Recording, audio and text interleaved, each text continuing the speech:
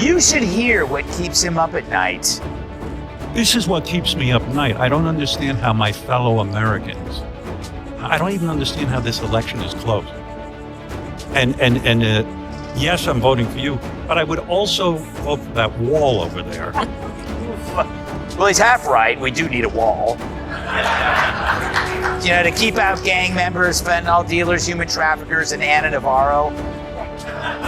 What's funny, though, is that Stern actually thought that was a compliment. Stern has become such a wussified sycophant, he doesn't realize that telling Kamala that he'd vote for a wall is telling her that he knows she's as dumb as one. This week on his radio show, Howard Stern defended wokeism, saying it's a compliment when someone calls him woke. Listen.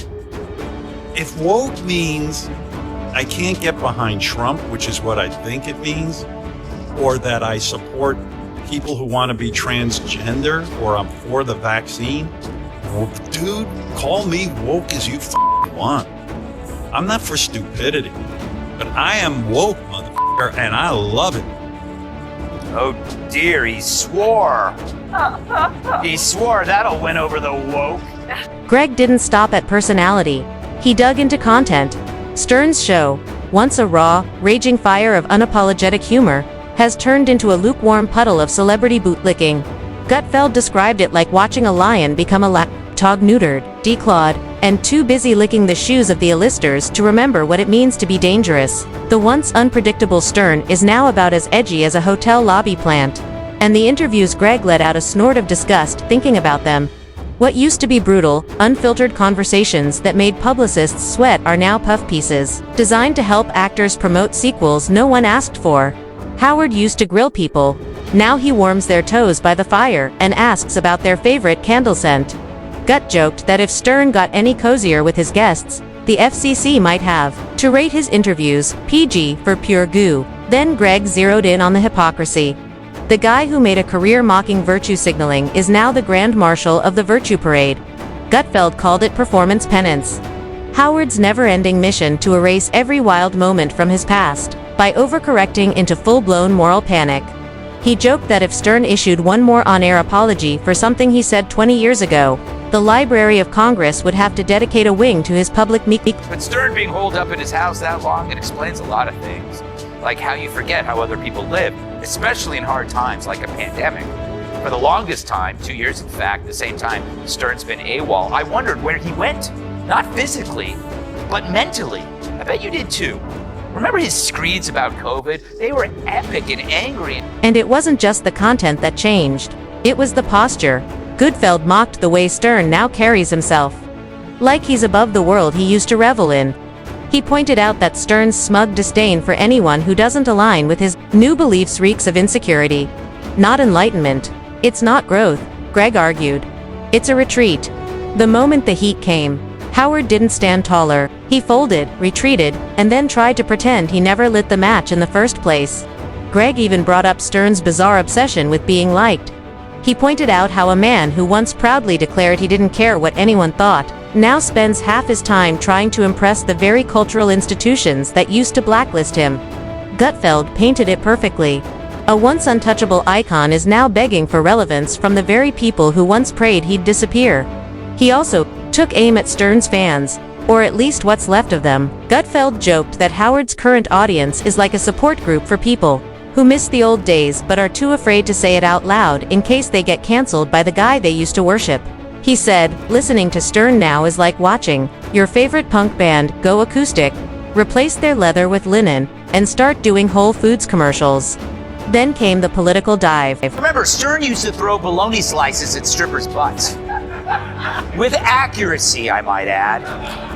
Now he's worried the possible leader of the free world can't handle his verbal foot rub. I wonder if he used to get this nervous for the strippers before he'd spank them on their bare asses with a dead fish. If you are enjoying this video, please make sure to subscribe to the channel and hit the bell icon. Greg tore into how Stern's politics mutated from chaotic neutral to sanctimonious hall monitor. The guy who once roasted every side equally, now sounded like a talking points puppet for every fashionable outrage trending on social media. Gutfeld said Stern didn't just pick a side. He outsourced his thinking to Twitter and MSNBC. then wrapped it in a bow of moral superiority so tight, it's suffocating his remaining credibility. Greg ranted about the absurdity of watching Howard scold others for saying things he used to laugh at daily. It's like a bank robber becoming a mall cop and lecturing kids about shoplifting. He said the irony burns because Stern didn't just sell out, he bought into the very thing he used to torch. The rebellion is gone, replaced with a guy who sounds more like an HR compliance officer than a rebel radio host. Then he tackled the Hollywood obsession. Gutfeld mocked Stern's need to be accepted by the elite circles he once trashed. He laughed about the endless name drops, the gushing praise for Alistair's, and the way Stern now acts like he's auditioning for a spot at the Oscars just by being in the same room. Greg said, watching Stern cozy up to celebrities now is like watching a former cage fighter doing ballet. Elegant maybe, but mostly sex. Wokeism is a contagion. Stern got it from Jimmy Kimmel, his new best friend, and Kimmel got it from his wife, and his wife got it from where you get all infections, the toilet seat. Kat, I find that his definition of wokeism is very simplistic.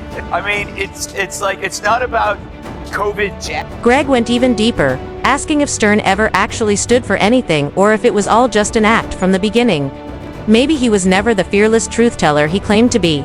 Maybe he was just a guy who read the room better than most, and knew exactly how to shock his way to fame.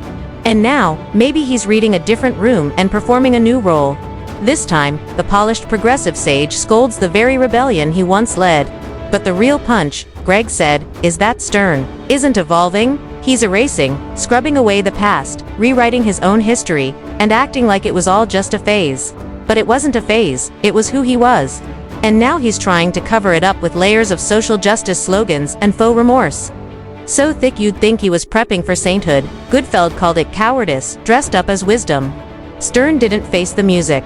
He fled the concert and now lectures anyone who still listens to rock and roll. The transformation wasn't admirable, it was embarrassing, and worst of all, it was predictable. Because that's what happens when rebels stop rebelling. They become what they once mocked. They become safe. And in Stern's case, they become so obsessed with being accepted, they forget why anyone cared about them in the first place. You're going to stop putting up with the idiots in this country and just say, it's mandatory to get vaccinated. F them, their freedom. I want my freedom to live. Man, this guy makes Anthony Fauci sound like a Canadian trucker. What? Maybe you should follow his next vaccine with a shot of Valium.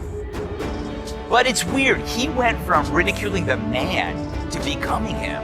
No longer embracing rebellion, he French kisses regulation. He went from mocking a radio executive who was a rigid by-the-book a-hole that he named Pig Vomit to being Pig Vomit himself. He went from Howard Stern. Greg leaned back, smiling. He hadn't just roasted Howard Stern. He had peeled the layers back and revealed a man so consumed with his own legacy, he forgot how to live up to it. Stern used to lead the charge. Now he holds the clipboard and checks names off a guest list. And the mic was still hot. Gutfeld wasn't done. Not by a long shot. With the crowd still recovering from the fallout, he rolled up his sleeves and got ready to dig deeper. Because beneath the sellout and behind the celebrity curtain, Howard Stern had become something even more pitiful than irrelevant. He'd become predictable, and for a guy who once thrived on being the curveball no one could catch, predictability was the ultimate failure. Greg focused in on that. He said Stern used to be the guy who made people lean in because you never knew what was coming. Now you already know. Every segment, every opinion, every sycophantic Hollywood interview is wrapped in the same bland packaging. Gutfeld joked that you could set your watch to Stern's takes. Every one of them a carbon copy of the last 3 years of mainstream media panic. Wrapped in a watered-down monologue about how we should all be better people delivered from a multi-million-dollar soundproof booth lined with soft pillows of self-righteousness, gut, and downright ass. Getting people to fart songs out of their butt, to commiserating with the super wealthy about the evils of Trump, who was a guest on Howard's show many times.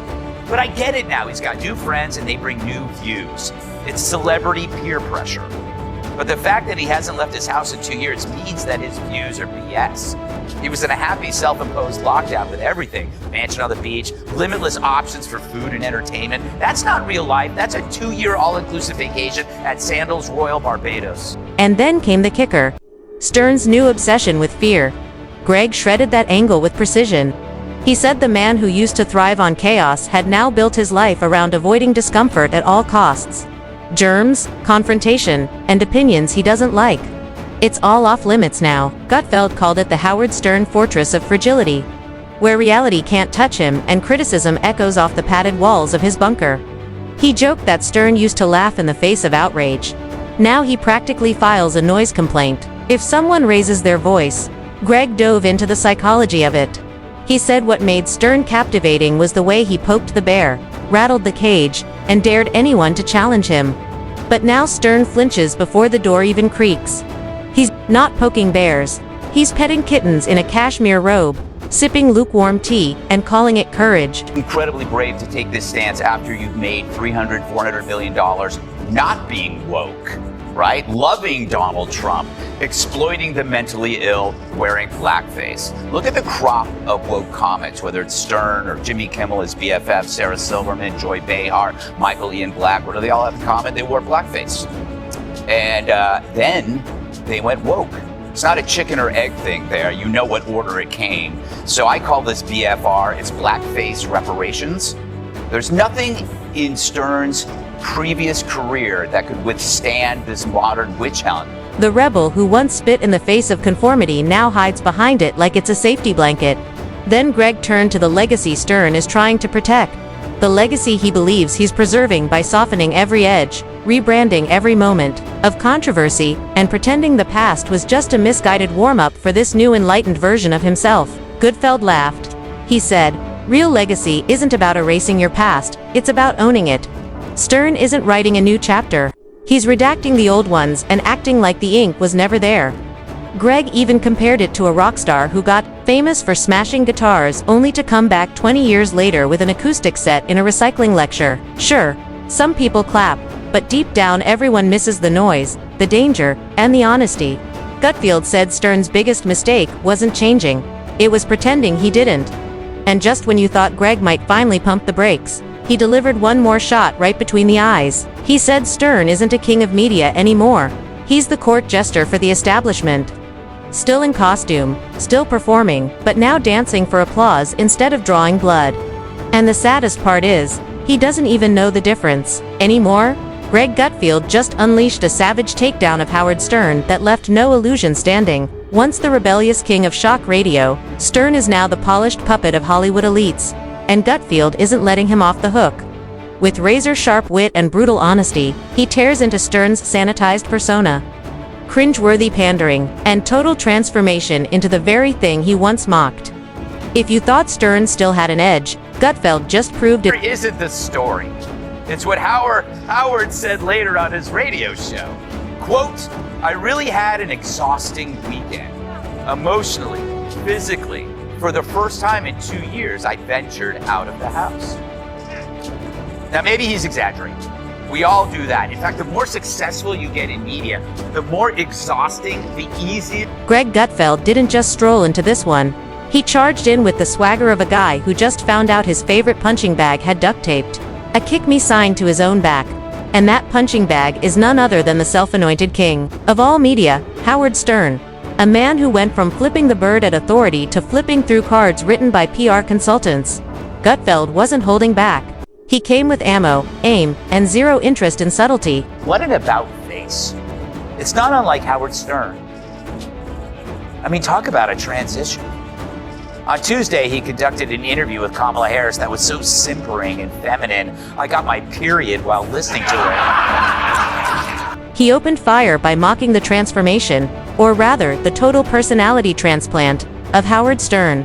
Once the outlaw radio renegade, now the sanitized again, and triple sanitized mascot of everything he used to ridicule.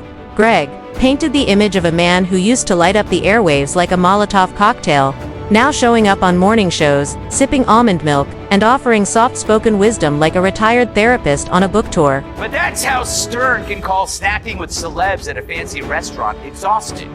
Exhausting. Like he finished the overnight shift in a coal mine. Or hearing Kat talk about her pets. Fair. But I get it, life is tough, especially when you've been cut off from the world for 2 years and a $20 million people. Gutfeld laughed at how Stern, who'd built his career mocking phonies, had become the biggest phony of them all. The man who once made shock jockery an Olympic sport now whispers his way through interviews. Like he's afraid to wake the interns. In HR, Greg called it the greatest plot twist in media history. Not because Stern evolved, but because he sold out with such breathtaking enthusiasm. He made infomercial hosts look principled. Pathetic, wondering how she doesn't nap. When you said you don't nap, I get it, because like what you've taken on is extraordinarily difficult. And I mean, do you feel the pressure of the moment in the sense that, like when I met you out in the hall, I said, I'm really nervous because I want this to go well for you. I want it to go well for the country. Hold on. I need a minute. Then he took a jab at the irony. The very machine Stern once attacked the pearl-clutching media elite, the politically correct hall monitors, and the coastal cocktail class he now gladly serves like a sommelier of soft takes. Gutfeld wondered, aloud, how a man who used to roast celebrities for their fake personas somehow ended up marrying one and becoming a parody of the very phoniness he swore to destroy.